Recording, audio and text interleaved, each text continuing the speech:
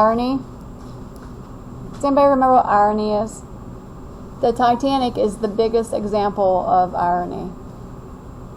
So irony is when the unexpected happens.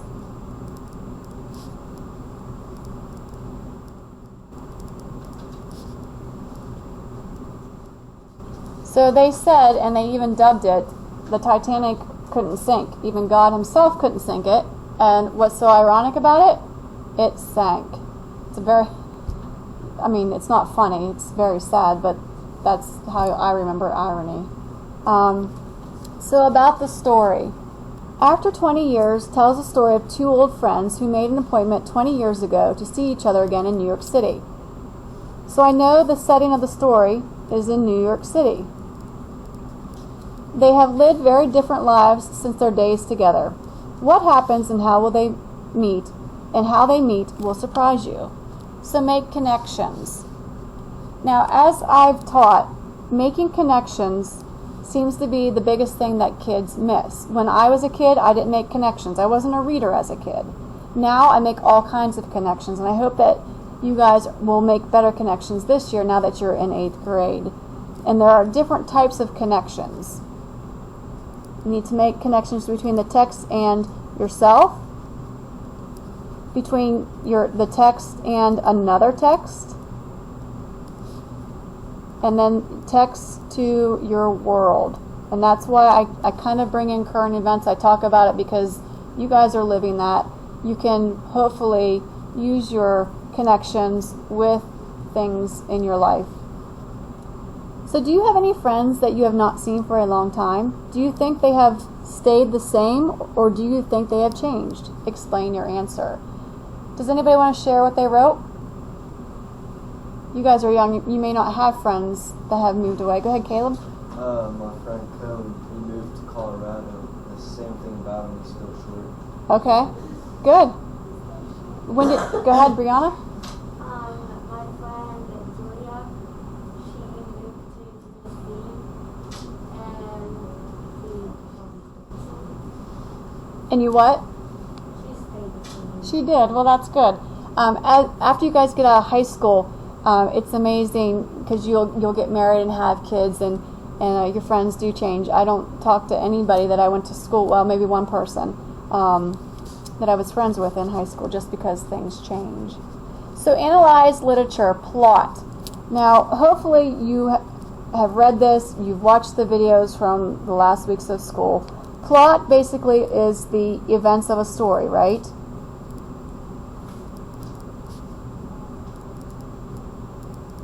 But remember, they expect you to know what plot means. It's just the events that build a story. The plot is the series of events that happen in a story. Different pieces of the plot show the exposition or introduction to the story, the climax or the highest point of interest in the story, and the resolution or conclusion of the story. Now those terms should not be anything new to you. The exposition is just the beginning of the story. Then you have the rising action.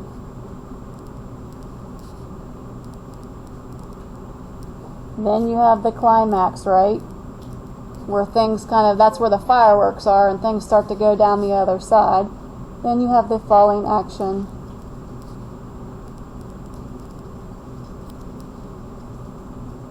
And then the resolution. Okay, this altogether is plot.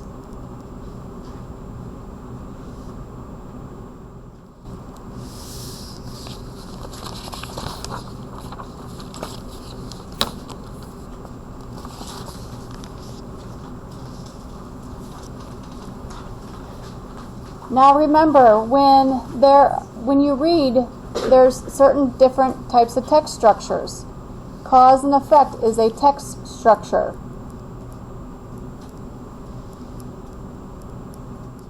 A cause is the event that makes something else happen. An effect is what changes after the cause.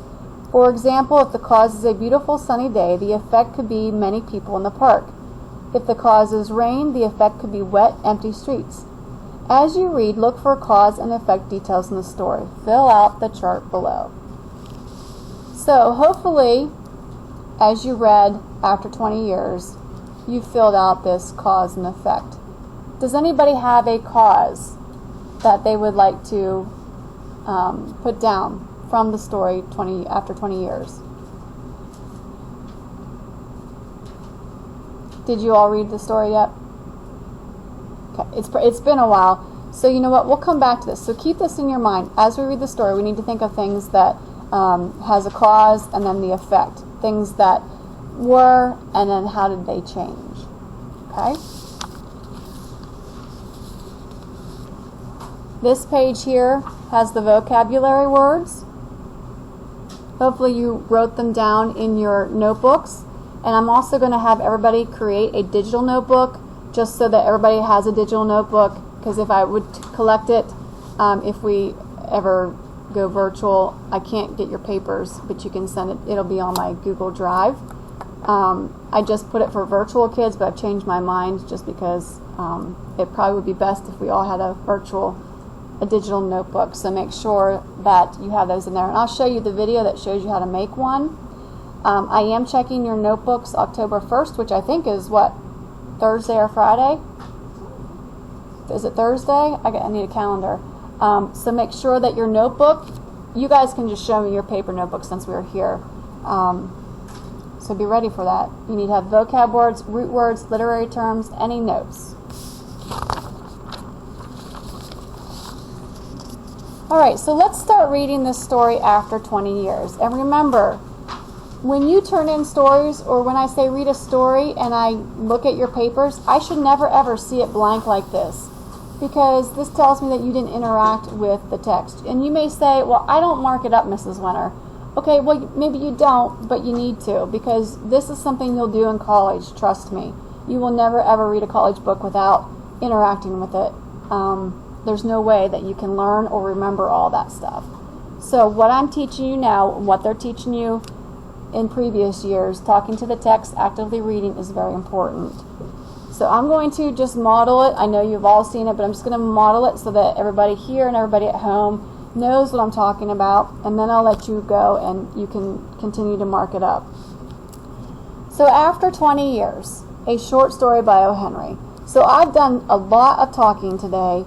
I already understand the title. I understand the short story and what's present in a short story. I know O. Henry. I know a little bit about his life, his biography, and how he writes, so I kind of know what may be coming. The policeman on the beat moved up the avenue impressively. The impressiveness was habitual and not for show. So I have a question. What does this word mean? So there's my active reading, but I see that it's highlighted and underlined, so that's a vocab word, so I don't have to use context clues. Habitual means behaving in a certain manner by habit. And I thought maybe that's what it was because I saw the word habit in there, and I know what habit is. And not for show. For spectators were few. So spectators are people, were few, so I'm visualizing that there aren't hardly anybody on the streets here. So he's alone. The time was barely 10 o'clock at night. Okay, so it's at nighttime. So this cop is walking the beat, which means he's making his rounds.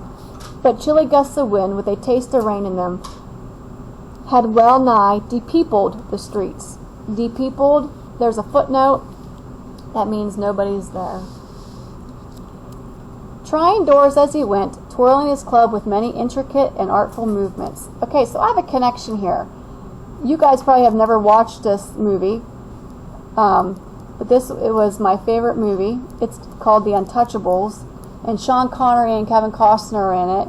And Sean Connery was a cop who was walking the beat when he met Eliot Ness. It's historical fiction. It's based on Eliot Ness and the cops that caught Al Capone. They didn't catch him on murder, but they caught him on tax evasion. And so that's my connection. So I'll remember that this cop kind of is walking the beat, like Sean Connery's character was in The Untouchables. Intricate, oh, here's another vocab word that I'm not sure, but luckily it's over here. Intricate means elaborate. So my fingernails, these are very intricate because they have a lot of details to them. I don't have any jewelry. My shirt's very intricate. If you have jewelry that has lots of little details, that's very intricate. Turning now and then to cast his watchful eye down the Pacific thoroughfare, the officer with his stalwart form and slight swagger made a fine picture of a guardian of the peace. So I'm not quite sure what stalwart means, and I'm going to use the words around it. I'm going to make a guess. Maybe that means like straight, tall, because I can see he's probably not slouched over. The vicinity was one that kept early hours. Now and then you might see the lights of a cigar store or of an all-night lunch counter, but the majority of the doors belonged to business places that had long since been closed. So, not much is going on this street. Things are closed up. It's 10 o'clock at night. When about midway of a certain block, the policeman suddenly slowed his walk. Uh-oh. I'm wondering, what does he see?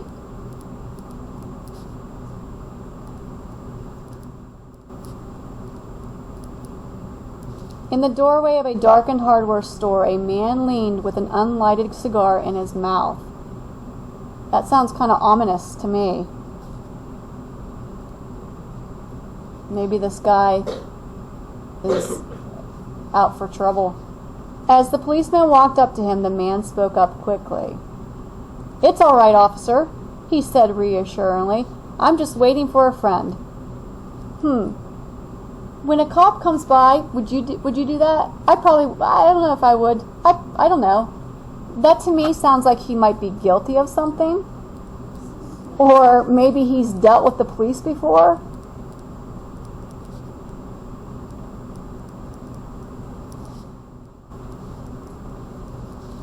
It's an appointment made 20 years ago. Oh, so there's the title. Sounds a little funny to you, doesn't it? Well, I'll explain if you'd like to make certain it's all straight. About that long ago, there used to be a restaurant where this store stands, Big Joe, Brady's restaurant. Until 5 years ago, said the policeman. It was torn down then. The man in the doorway struck a match and lit a cigar.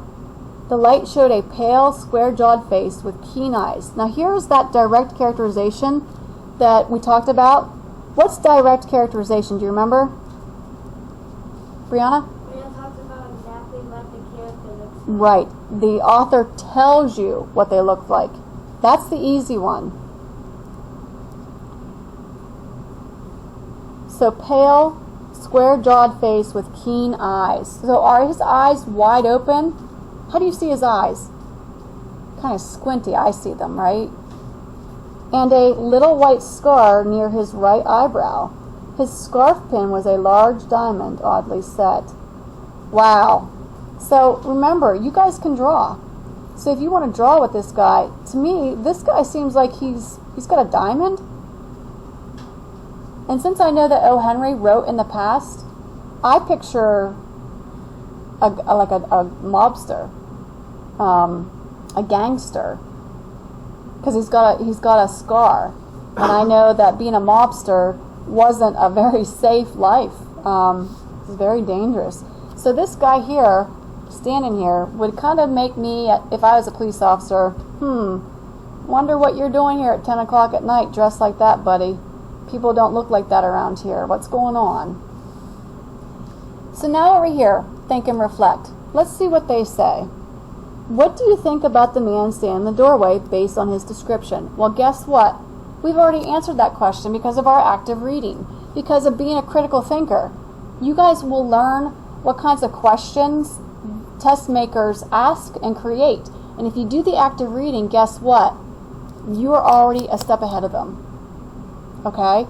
Active reading may look like it takes a lot of work, but in the end, it'll be so much easier for you when you take your tests. Trust me. Culture note. So we need to pay attention to people's cultures, to the languages they speak. to what they wear, what they do, so that we can understand why they behave the way that they behave. Doesn't that make sense for today? Don't you have to understand people and how they were raised and their beliefs and their culture to understand their motives today? Right? We should be analyzing. We probably are using our critical thinking skills overtime these days. But at this time in history, many Americans had moved west and, whoops, I don't think we've gotten there yet.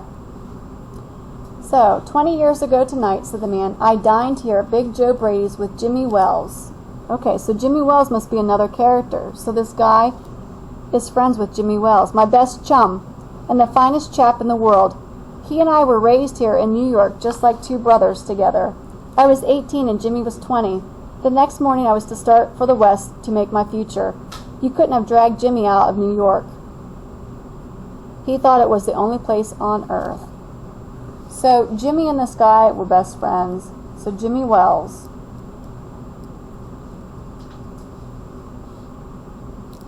Well, we agreed that night that we would meet here 20 years from the date and time, no matter what might be or from what distance we might have to travel. We figured that in 20 years, each of us ought to have some destiny worked out and our fortunes made, whatever they were going to be. Okay, so it sounds like this guy here probably did pretty well if he has a diamond. I wonder where Jimmy is.